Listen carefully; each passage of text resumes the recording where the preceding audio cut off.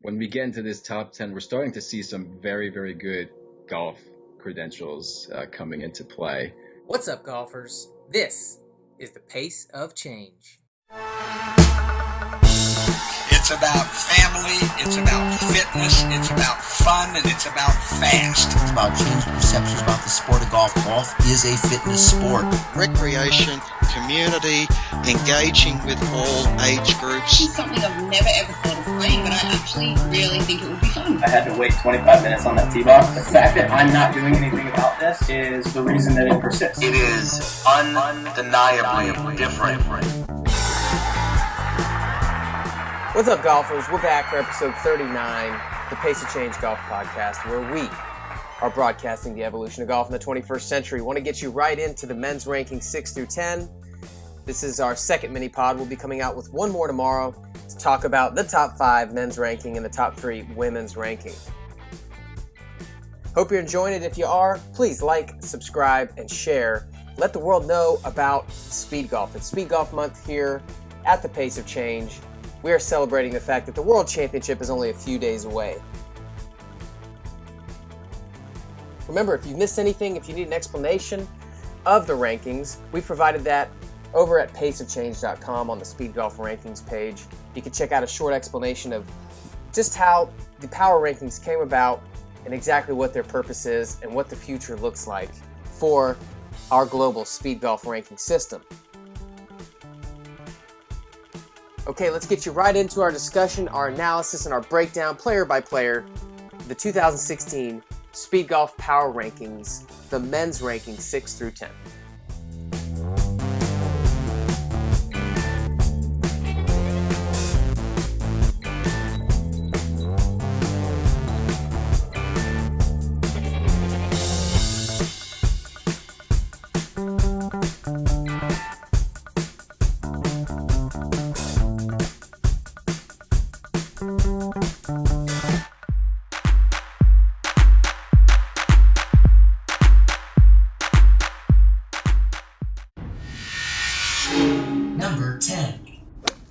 Okay, all right, so here we go, top 10. Number 10, Jason Hawkins, USA, average score about 130. So he's got 3 rounds in.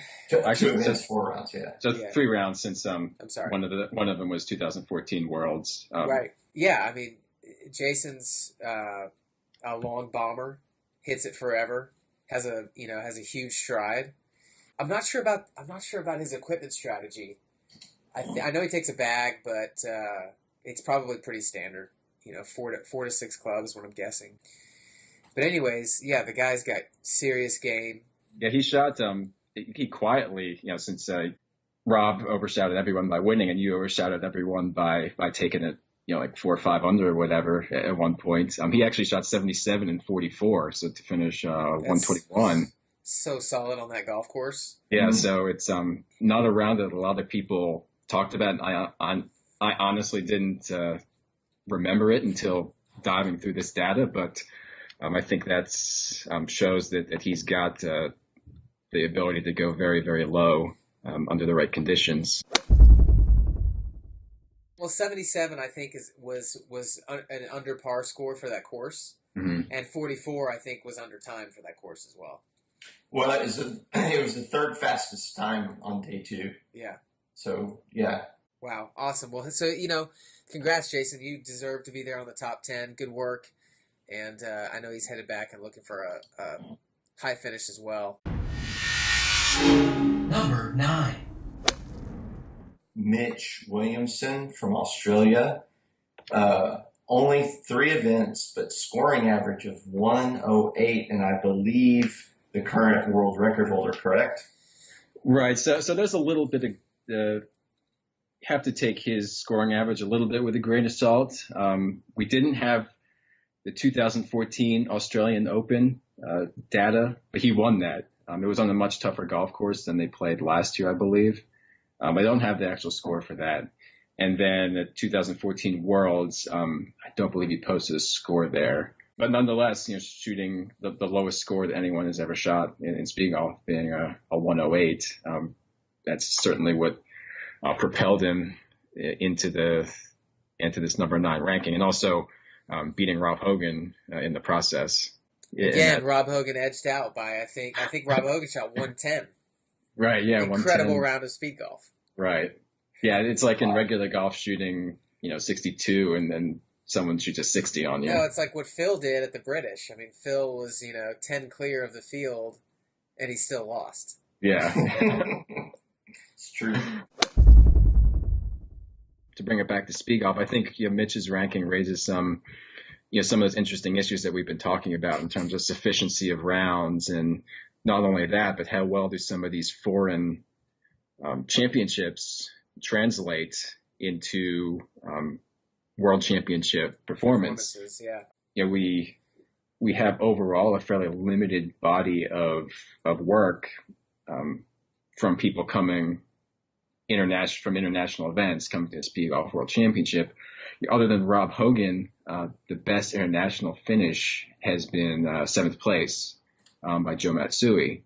After that, the best European finish was 13th by Lars Cederqvist last year.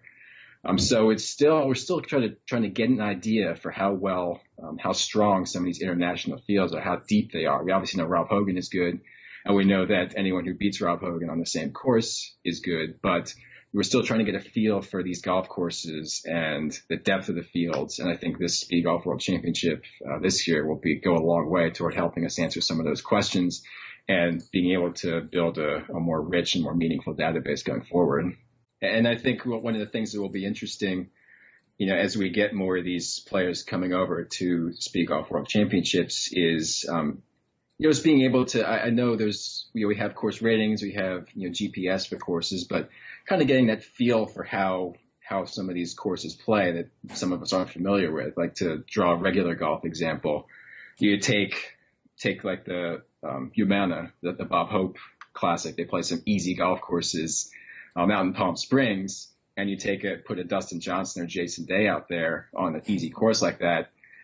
A mini tour guy or web.com guy could play pretty even with them. You can shoot that same 65, 66 on an easy setup, but you put the web.com guy on a Oakmont or a Wingfoot or an Augusta, probably not going to break 80. Whereas, Jason Day, Dustin Johnson, Jordan Spieth, they're still going to shoot their, 2-3 under. So, there's still some unanswered questions about, certain events. And, as we've been saying all along, we just need more data to try to answer those questions and, eliminate the outliers and allow the law of averages to add the robustness of what we have. Even just like, there's so many things that impact speed golf. For example, I actually think that Bandon Dunes is a faster track. I don't know if it's longer, but I think it's faster because the ground is harder.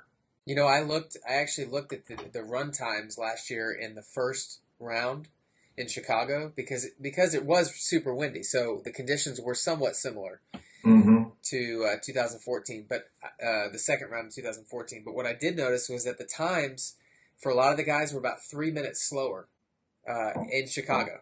Oh, interesting. Yeah, so it was about an average of about 3 minutes is what I was seeing. I ran 3 minutes slower than I had the previous year. So when I ran 48 last year, I felt like, okay, that was like 45 at Bandon. Mm-hmm. That's what I felt like I ran a 45 at Bandon. Yeah, that's a good point. And if you got that like firm, it's basically wet sand is what you're running on. And I mean, it's more or less like concrete. Whereas in an inland park type course where you've got soft grass, longer grass than they have at Bandon, you're running in the rough where it's 4 inches deep and it's super soft. I mean, all of that affects how fast you can run. And as we go forward, it'll be interesting to make those comparisons like you just made with the Bob Hook course versus Oakmont. Yeah, and if we're talking these intangibles like softness or hardness of the turf, it's height of the rough and looking for your ball too. That's something else that's going to come into play. So we can't just look at yardage and GPS runtime and course rating as all these intangibles that are hard to measure. Number 8. All right, so number 8 is Jaime Young, also the United States. So Jaime, he's been there from basically the beginning as well of the modern Speedgolf tour. Came out in 2013. Actually shot the lowest score at the Virginia Speedgolf Open in 2013. I emphasize lowest score because he was playing that event as an amateur, and so technically did not win the overall title. That going to Rob Hogan, who was the first place professional who took home the first place check. But nonetheless, Jaime had the lowest score that day, and so for purposes of our ranking, just to make it simple, we awarded him with the first place there, even though the amateurs played a different wave and it was quite a bit cooler. I think you'd agree with that, Scott. Yes. Because they wanted us professionals playing at a time when the TV cameras didn't have to wake up or TV people didn't have to wake up at 5 o'clock on a Sunday. So they had us tee off at I think 10, 11 o'clock was when the elite wave went off. And obviously it's just great to have it on TV, but it made for some tough going out there. But back to Jaime, had that first place in Virginia, has two top 10 finishes at Speedgolf World Championships, and also an 11th. Was another one of those quiet top 10 finishes last year. Finished 6th place at the Glen Club, 5th place, or 7th place, tied for 7th in Bandon in 2014. Only about 4 minutes and 48 seconds out of first place. So he's another guy, if he had a few more putts to drop, could have taken home that trophy. I think he's played some events as a professional, other events as an amateur. I think he's entered as an amateur this year, but still playing in the elite field. And he's obviously an elite player. His background, I believe, is on the golf side. Played at University of Oklahoma, I think. I don't know if he played professionally on the mini tours or not, but nonetheless, playing at University of Oklahoma is obviously a top program. And he's got the long history of a golf pedigree. And more recently, he's into Ironman triathlons. So he'll definitely have the legs to get through the 2 days of 36-hole competition in the World Championships. So Jaime Young, number 8. And yeah, Jamie's just he's just a solid speed golfer. He's always top 10. He's always right there. So for him to be 8th on the list is awesome. Good job, Jaime. Absolutely. Number 7. All right, number 7. Number 7, guy's been around for a while. A very solid speed golfer, Joe Matsui from Japan. 5 events and scoring average of 131, right in there with everyone else in that same area. Last year, 11th at the World Championships. I think he was disappointed in that. I know he was. Joe's just a really solid player, and I don't think that we've seen his best yet, to be honest with you. I don't think that he's brought over his best game to the World Championship, so who knows what's going to happen this year. I know he was the champion at the qualifiers to get in. So, he is consistently the number 1 player in Japan. Just a great guy. He does have an endurance background. And of course, he has a golf background as well. So, Joe's a great player. I think a scoring average of 131 is definitely respectable, but I think he could easily bring that down, let's say over the next 12 months or so. Nice. Yeah, absolutely. And I think the other thing that's notable about Joe is that, even though they maybe don't have the depth over there, the fact that he's winning the events, wins matter. It's hard to win. Anytime you tee it up any place, it's hard to win golf tournaments, and he's got several victories. So he's very familiar with the winner's circle, and if he gets himself into position going into Tuesday, it won't be an unfamiliar spot for him to be looking at the first place spot. Nice. Yeah, and he's got a lot of support and a lot of fans in Japan, so he kind of brings that along with him, and likes to carry that responsibility. Number 6. Okay, down to number 6, Allan. All right, number 6. So we're starting to get to an interesting spot here with number 6 because just to kind of prelude this, with the 2 through 6, I think if you talk to people, you could pretty much shuffle this any way you want, and I don't think anyone insider would disagree with that ranking. To go into the numbers of the voting, so the second ranked player, the average vote for him was actually 4th place. So, and the average vote for the 6th place ranked player was 6th place. So there's a pretty tight cluster there. So there was really no clear second, really no clear third. So second and third was kind of like who had the least worst, I guess you could say, of that 4 through 6 ranking. So definitely very competitive in this range. So without further ado, number 6 is the 2014 Speedgolf World Champion, Crum. Awesome. So Ari has had some struggles lately in a couple Speedgolf events. Didn't bring his best game to Worlds. Didn't play his best in New York, but obviously winning the Speedgolf World Championship, which is essentially a major for us. And before that, he had finished near the top in 2013. Was very competitive at the Virginia event in 2014. So he's world champion. And even though he hasn't played great lately, everyone expects him to be near the top of the leaderboard in a couple weeks. He's always a threat, no matter what. I mean, he hadn't had 2 good events in a row, and so at this point, like you said, when you're talking 2 through 6, it's one. I see it as one little factor or another little factor. It's so tight, and so and it's really part of it was out of his hands as well by the good playing of other people who I think kind of earned their way and jumped their way up, into the top 5. So and the weather. There's just all these factors that are coming into play. So yeah, but again, if Ari comes and has a solid performance like everybody expects him to, and to really contend, he's won it once.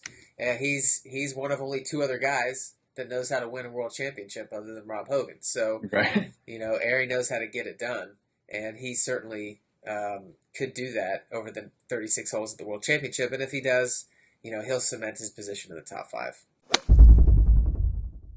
Ari played at Stanford, played with Tiger Woods. While he was on the team there, had a bit of a foray into the regular golf professional ranks. I think almost got to the final stage of Q School, but before turning back into amateur golf after that. But Ari's a super good player in regular golf, and I think you're going to see some very good regular golf credentials as we start ascending this list. Yeah, plus look at his run times, Just, yeah. He's no slouch in the running department either. I think he's always around 46 or better. Right. Yeah, he's sub 3 hours at the Boston Marathon. I think this summer he won a obstacle course, Spartan run. Like an or something like OCR that. race? Yeah. Nice. There you go, Ari. So Tiger just turned 40. If he played with Tiger, is he around 40? Yeah, he'll be 40 probably this year. Nice. Yeah, because I think he won the World Championship in 2014. He was 38. Okay. Yay, old guys. That's right, yay. Oh, wait, I just called myself an old guy. Hold on. All right, episode 39 in the books. Men's rankings 6 through 10, the 2016 Speedgolf Power Rankings. We hope you're enjoying these. If you are, do us a favor. Like our content, share our content, and definitely subscribe. And that way you don't miss any future content. But we appreciate having you. Thanks for listening in. Speedgolf World Championships, just days away. Next up, men's ranking 1 through 5, and the women's ranking 1 through 3. And remember, if you've missed anything, head over to paceofchange.com. You can always see the full library of our past episodes. Also, the first mini pod, which came out yesterday, men's rankings 11 through 15.